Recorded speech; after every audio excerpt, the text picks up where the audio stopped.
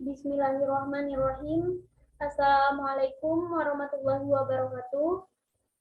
Saya Marwina Apriyanti dengan NIM A1C11917.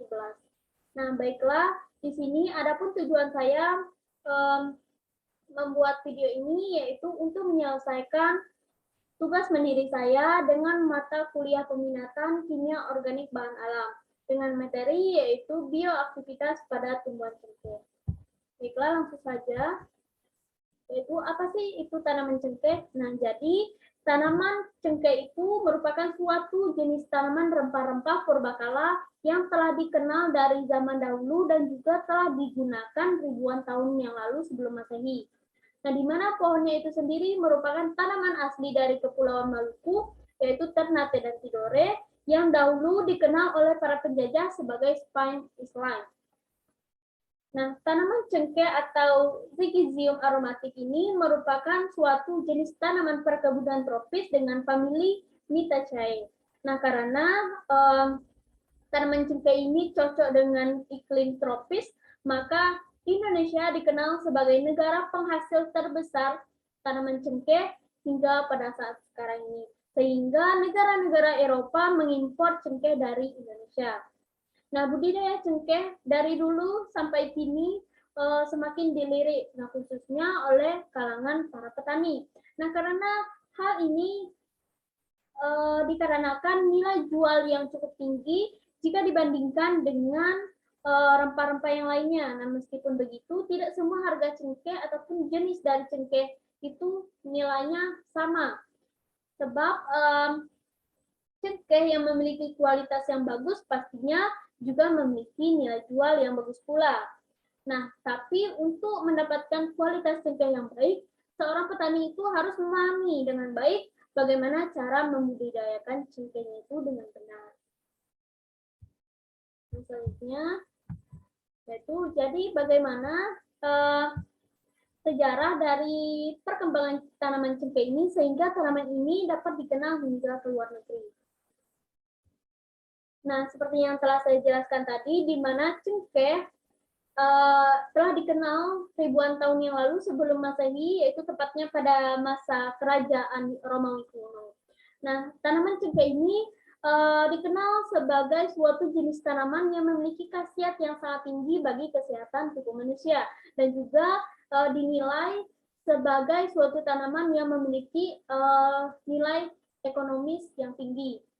Sehingga dari hal tersebutlah yang menjadi dorongan Vasco da Gama, yaitu seorang penjajah legendaris dari Portugis itu berniat untuk mengelilingi dunia untuk menemukan tanaman cengkeh tersebut. Sehingga seorang pedagang Venesia bernama Niccolo Conti meyakini bahwa cengkeh ini berasal dari Kepulauan Banda dan pulau-pulau sekitarnya. Namun, hal ini dibantah oleh beberapa ahli botani, di mana ahli botani ini menyatakan bahwa cengkeh berasal dari Kepulauan Maluku seperti Ternate, Tidore, Makian, Moti, Weda, Maga, Bagan hingga Pulau Roti Selatan. Kemudian selanjutnya, setelah berhasil memukul mundur negara Portugis, VOC ini memonopoli perdagangan cengkeh dan sehingga mereka menghasilkan keberuntungan yang luar biasa pada saat itu.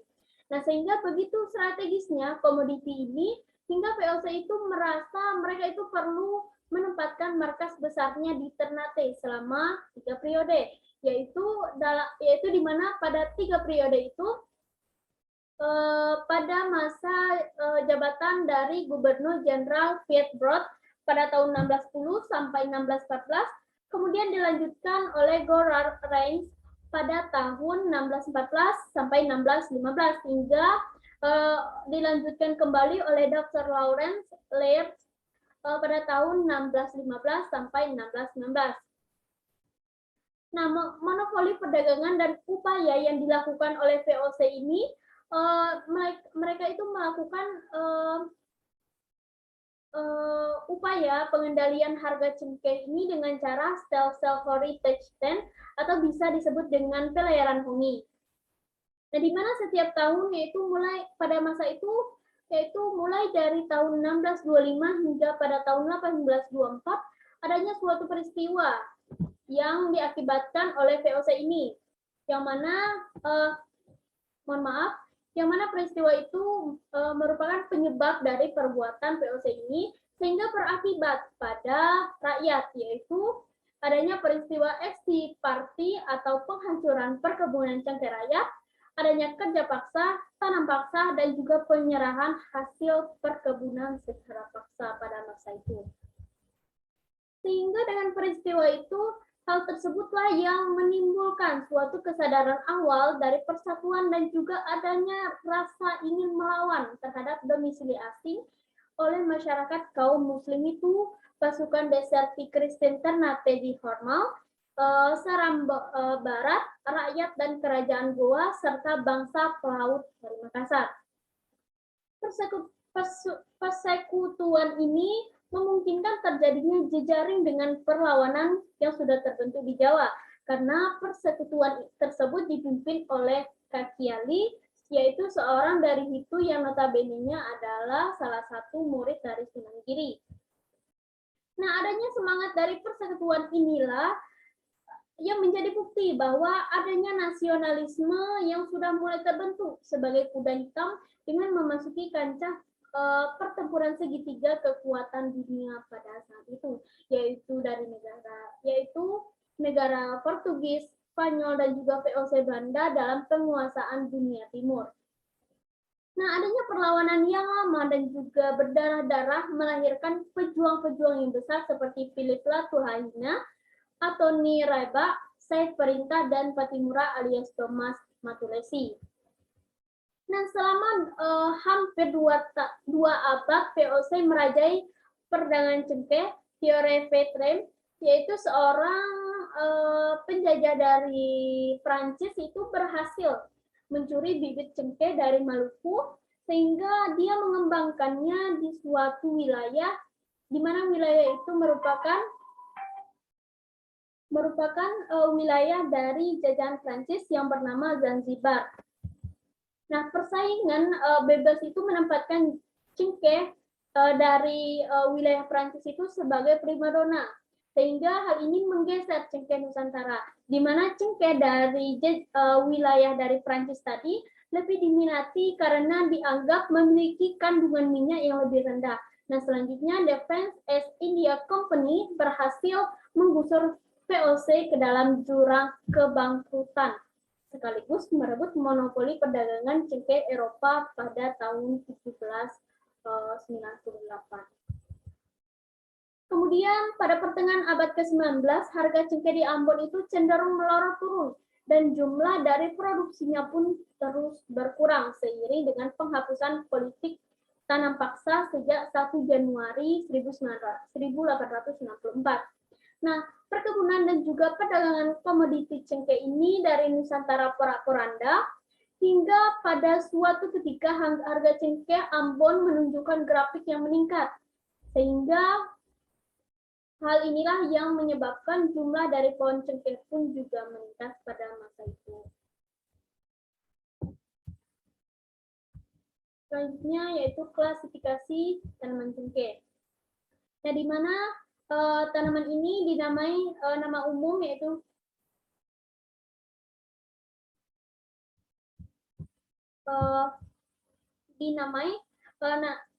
nama umum yaitu cengkeh, nama lokal yaitu cengkeh. Nah, cengkeh dikenal dengan berbagai macam nama istilah ataupun nama lokal dari beberapa daerah. Nah, seperti bunga rawan itu dari Sulawesi, bunga lawan dari Sumatera, dan cengkeh dari Jawa. Kemudian ada istilah lain dari cengkeh, diantaranya singke, cangke, cengkeh, gomade, sake, singke, sangke, dan bunga luang.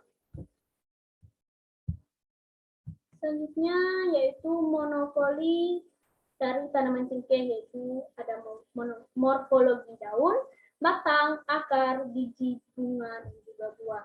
Nah, untuk morfologi tanaman cengkeh ini akan saya jelaskan pada slide-slide selanjutnya. Nah, yang pertama yaitu morfologi daun. Dan di sini dapat kita lihat bahwa ini merupakan gambar dari daun dari tanaman cengkeh. Nah, daun dari tanaman cengkeh ini merupakan suatu jenis daun tunggal yang kaku dan bertangkai tebal dengan panjang. Tangkainya itu sekitar 2-3 cm. Daun cengkeh ini berbentuk lonjong dengan ujung yang runcing tapi rata. Tulang daun menyirip dengan panjang daun yaitu sekitar 6-13 cm dan lebarnya yaitu sekitar 2,5-5 cm. Nah, daun cengkeh yang muda ini umumnya berwarna hijau kemerahan ataupun orange, sedangkan untuk daun cengkeh yang agak tua ataupun yang tua berwarna hijau tua. Nah, daun cengkeh ini tidak termasuk daun lengkap karena hal tersebut dikarenakan daun cengkeh ini memiliki tangkai daun, helai daun, namun tidak memiliki upih atau pelepah daun. Nah, daunnya itu berbentuk lonjong dan juga berbunga pada bagian ujungnya, sehingga dapat diklasifikasikan bahwa daun dari tanaman cengkeh ini termasuk daun yang majemuk karena satu ibu tangkainya ada lebih dari satu daun. Nah, selanjutnya pada batang. Nah, ini merupakan gambar pada batang cengkeh. Nah, dari gambar ini dapat kita jelaskan bahwa tanaman pohon dari cengkeh ini merupakan suatu tanaman pohon dengan batang besar berkayu keras yang tingginya bisa mencapai 20-30 meter. Tanaman ini mampu bertahan hidup hingga lebih dari 100 tahun dan tumbuh dengan baik di daerah tropis dengan ketinggian 600-1000 meter di atas permukaan laut.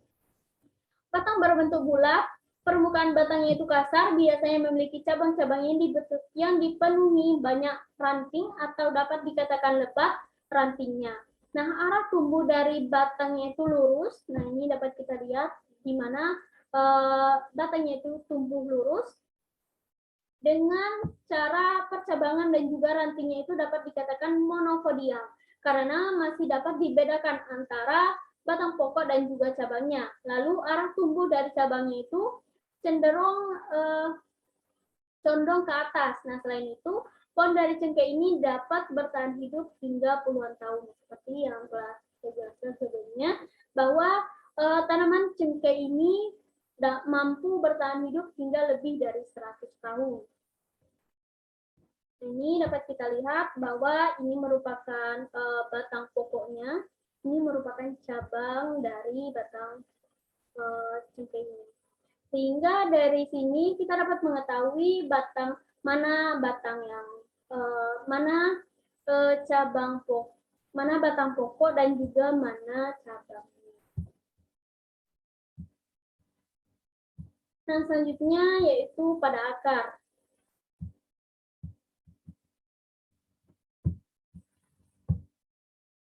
Nah, ini merupakan akar dari cengkeh. Di mana tanaman cengkeh itu mempunyai 4 jenis akar, yaitu akar tunggang, akar lateral, akar serabut, dan akar ramput. Nah, pada sistem akar tunggang, akar ini memiliki akar pokok atau berasal dari akar lembaga, yang kemudian mereka itu akan membentuk suatu cabang-cabang, sehingga bentuk dari akar tunggang ini termasuk berbentuk tombak pada akar tumbuh cabang yang kecil-kecil. Nah, akar dari tanaman ini kuat sehingga bisa bertahan sampai puluhan bahkan ratusan tahun. Akarnya biasanya mampu masuk cukup dalam ke dalam tanah. Perakaran pohon cengkeh ini relatif kurang berkembang, tetapi bagian yang dekat dengan permukaan tanah itu banyak tumbuh bulu akar. Nah, bulu akar ini tersebut inilah yang berguna untuk menghisap makanan. Ini merupakan akar dari tanaman cengkeh, di mana dapat kita lihat bahwa akarnya itu terdapat banyak cabangnya. Nah, selanjutnya yaitu pada biji. Ini merupakan biji dari tumbuhan cengkeh, di mana Pohon cengkeh itu mampu menghasilkan biji setelah penanaman 5 tahun. Nah, bijinya sendiri terdiri dari kulit, tali pusar, dan anti biji. Nah, walaupun dalam jangka 20 tahun masih dapat menghasilkan biji, namun biji ini dapat dikatakan sudah tidak menguntungkan lagi. Hal ini dikarenakan kualitas telah menurun dan tidak dapat digunakan lagi untuk industri, misalnya untuk rokok. Nah, jadi jika kita ingin mendapatkan hasil ataupun kualitas yang baik setelah pemanenan, maka untuk penanamannya kita harus menggunakan biji dari cengkeh yang juga berkualitas pula, sehingga harga dan juga kualitas yang dihasilkan dari biji yang bagus akan menghasilkan harga dan juga kualitas yang bagus. Nah, selanjutnya yaitu pada bunga.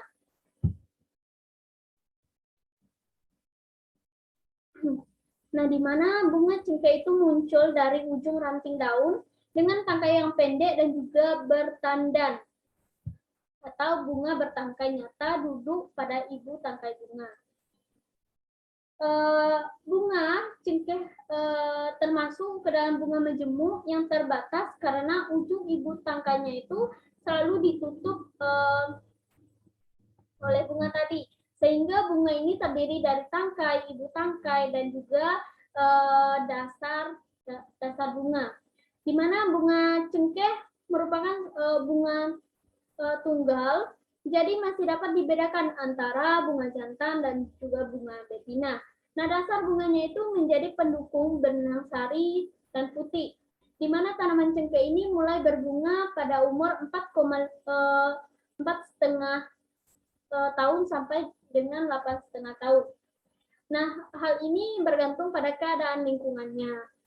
Sehingga bunga cengkeh ini merupakan seperti yang telah saya jelaskan tadi, di mana bunga cengkeh merupakan bunga yang tunggal yang berukuran kecil dengan panjang sekitar 1,2 cm dan tersusun dalam satu tandan yang keluar pada ujung-ujung ranting.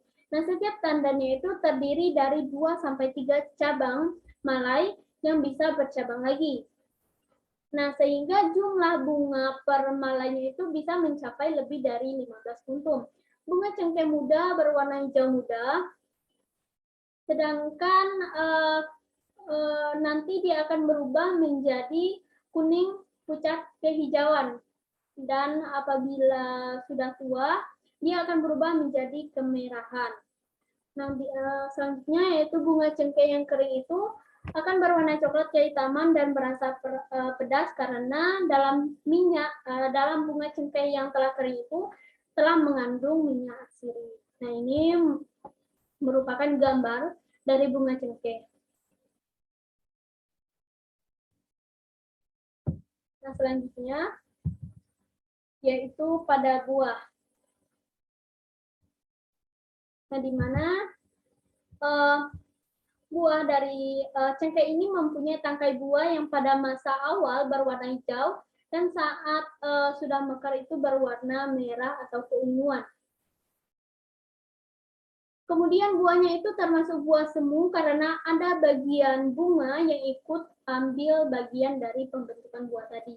Nah, sehingga buah cengkeh ini memiliki tangkai buah yang pada masa awal berwarna hijau, kemudian akan berubah dan sudah mekarnya itu akan berwarna merah.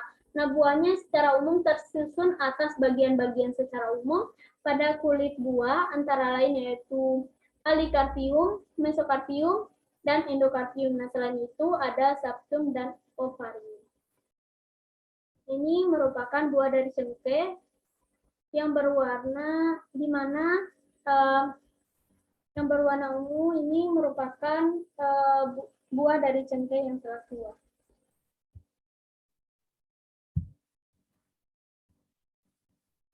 Nah, kemudian selanjutnya yaitu kandungan kimia yang terdapat pada cengkeh. Nah, di mana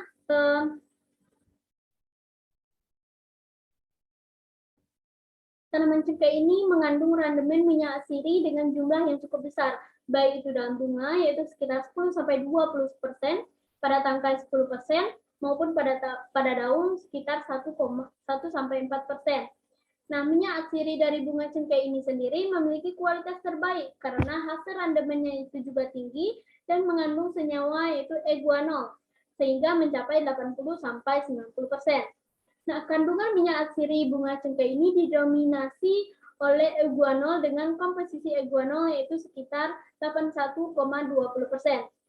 Transbecoriophyll 3,92%, ahumalin 0,45%, eguanol asetat 12,43%, karyophyll oksida 0,259 dan trimetoxyastophenon 0,53%.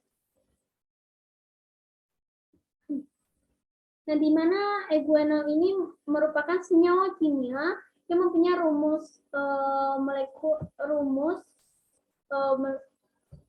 rumus yaitu C10H12O2, di mana senyawa ini merupakan senyawa yang berwarna bening hingga kuning pucat, kental seperti minyak, bersifat mudah larut dalam pelarut organik namun sedikit larut dalam air. Nah, ini merupakan struktur dari senyawa eugenol.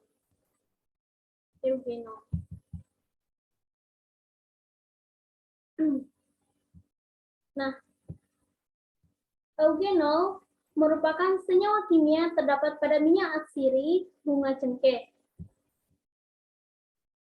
dan berfungsi sebagai zat antifungsi dan antibakteri.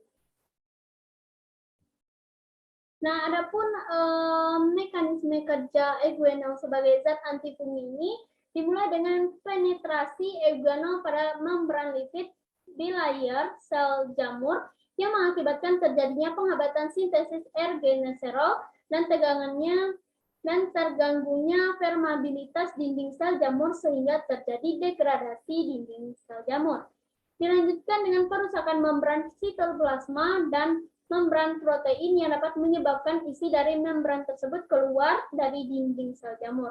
Nah, apabila hal tersebut terus-menerus terjadi, lama-kelamaan sel jamurnya akan mengalami penurunan fungsi membran dan ketidakseimbangan metabolisme akibat gangguan transport nutrisi hingga dapat menyebabkan sel lisis dan pertumbuhan jamur menjadi terhambat. Nah, itulah merupakan mekanisme eugenol yaitu sebagai zat antifungsi pada tumbuhan jamur.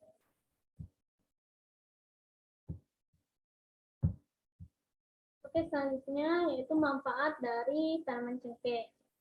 Nah, di mana seperti yang telah saya jelaskan tadi, yaitu cengkeh ini merupakan suatu jenis tanaman rempah yang serbaguna dengan rasa manis dan juga aromanya yang harum dan juga memiliki aroma harum yang khas.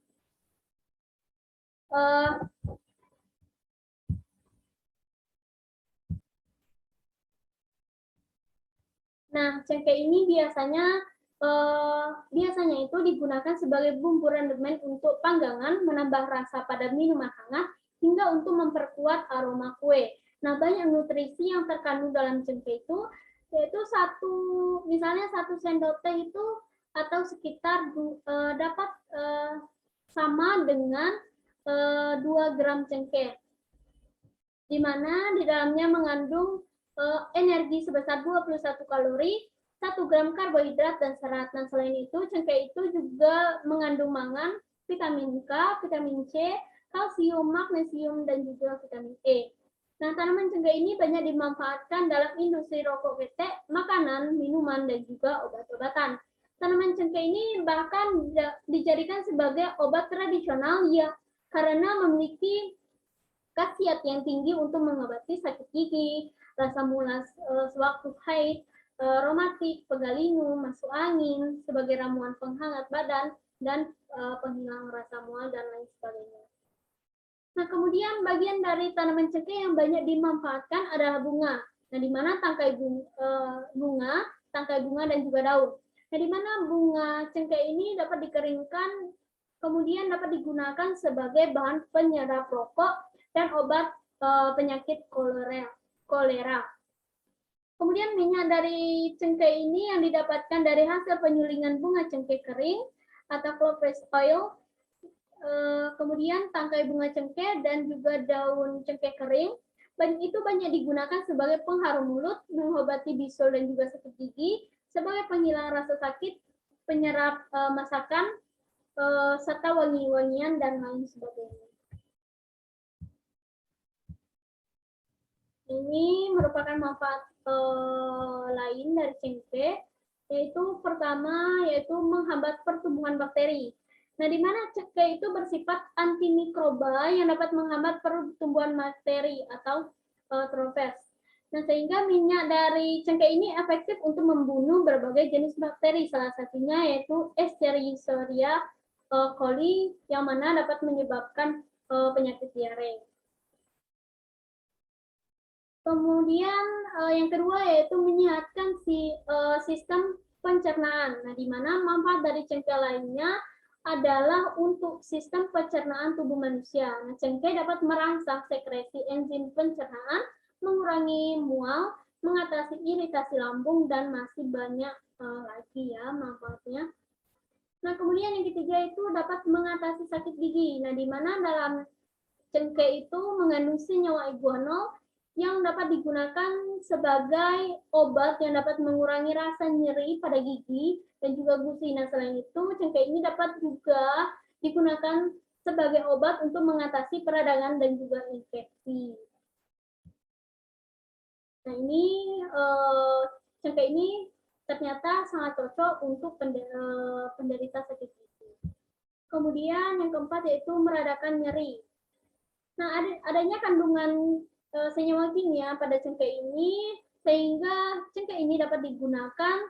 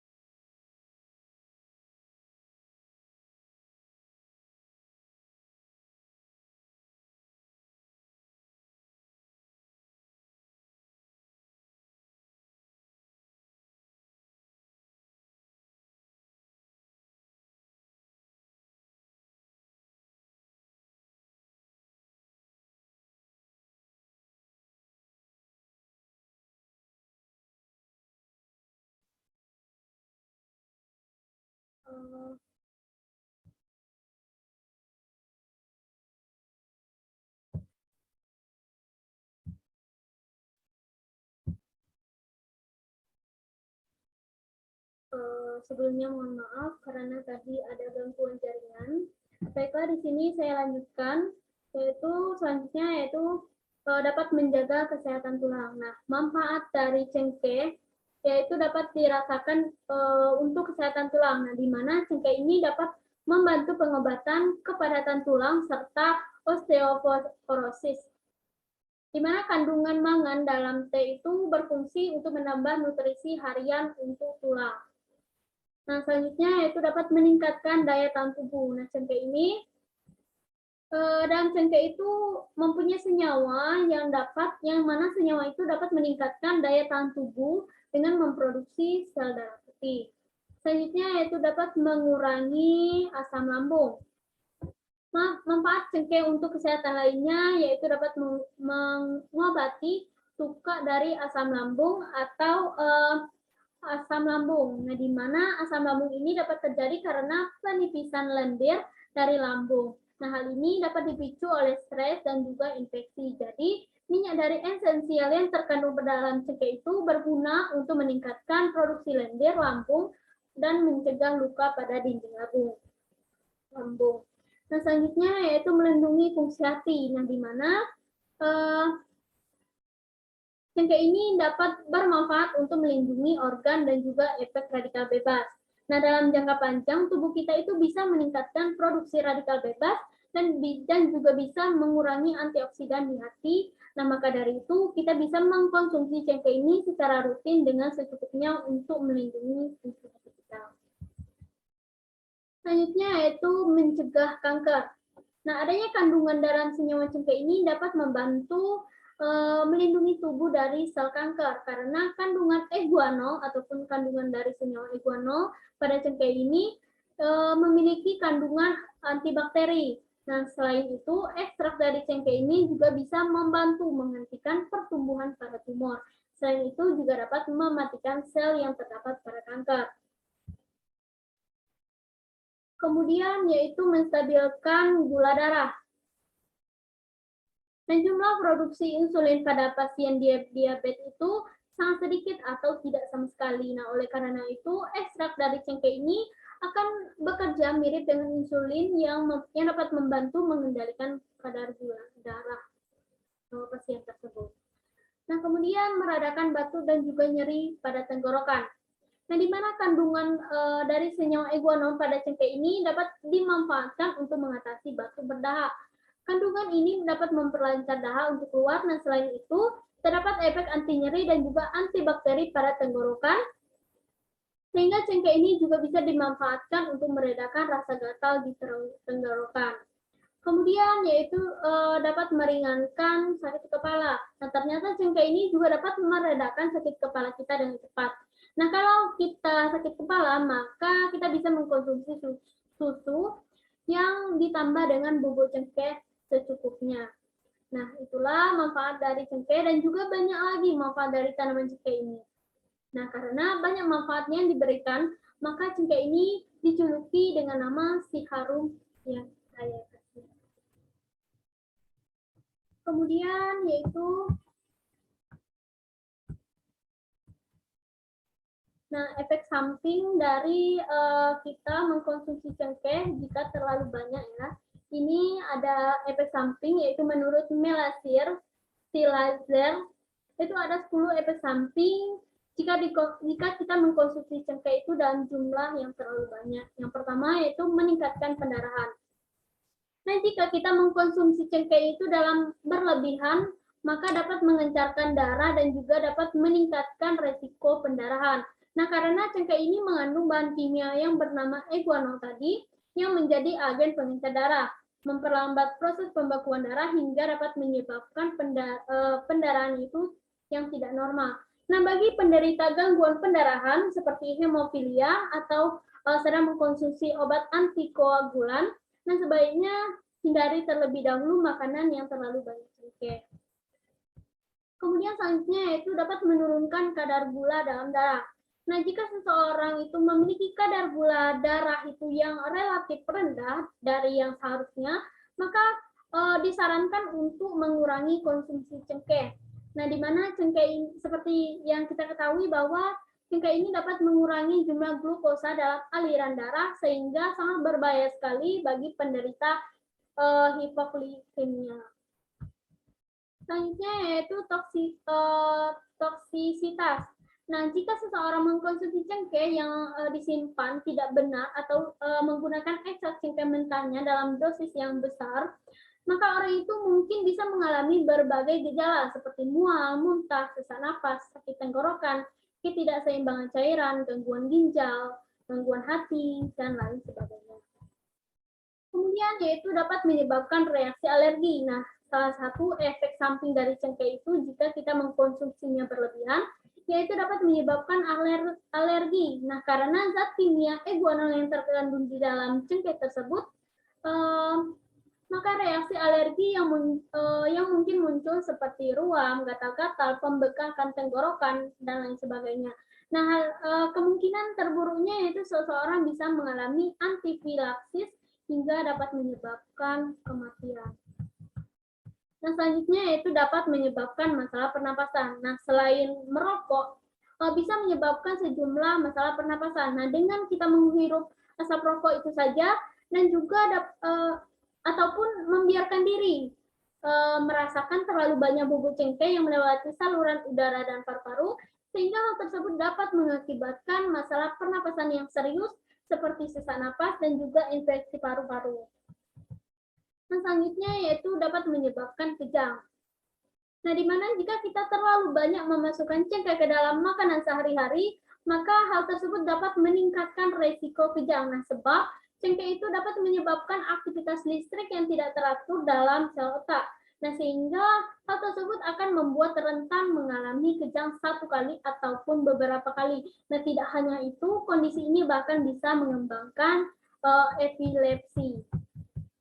Kemudian yaitu kulit bisa menjadi sensitif. Nah, di mana cengkeh ini dapat merusak dan juga membuat kulit kita menjadi sensitif. Nah, ini berlaku bagi minyak cengkeh yang tidak diencerkan, yaitu ekstrak dari rempah-rempah yang tidak diproses ataupun tidak diolah, sehingga kulit pun dapat mengalami iritasi, ruam, luka bakar, dermatitis, kontak, dan yang lebih parahnya lagi yaitu dapat menyebabkan kerusakan pada sel-sel kulit. Selanjutnya yaitu dapat menyebabkan sensitivitas mulut. Nah, di mana selembut lendir yang ada di dalam bagian mulut itu bisa meradang karena terlalu banyak mengkonsumsi cengkeh atau menggunakan minyaknya. Nah, beberapa penelitian mengungkapkan bahwa penyebab dari kerusakan besar pada gusi, gigi, pulpa gigi, jaringan gigi, dan lain sebagainya itu dapat disebabkan oleh cengkeh, di mana hal tersebut bahkan dapat menyebabkan sakit di bibir dan juga gigi berlubang. Nah, kemudian adanya kehilangan sensasi rasa. Nah, di mana kandungan dari guanol ini dalam cengkeh dapat mengubahnya menjadi zat mati rasa. Nah, tidak hanya itu, minyak yang diekstrak dari rempah yang dapat menyebabkan hilangnya sensasi rasa itu ketika dioleskan ke dalam kulit jika berulang kali.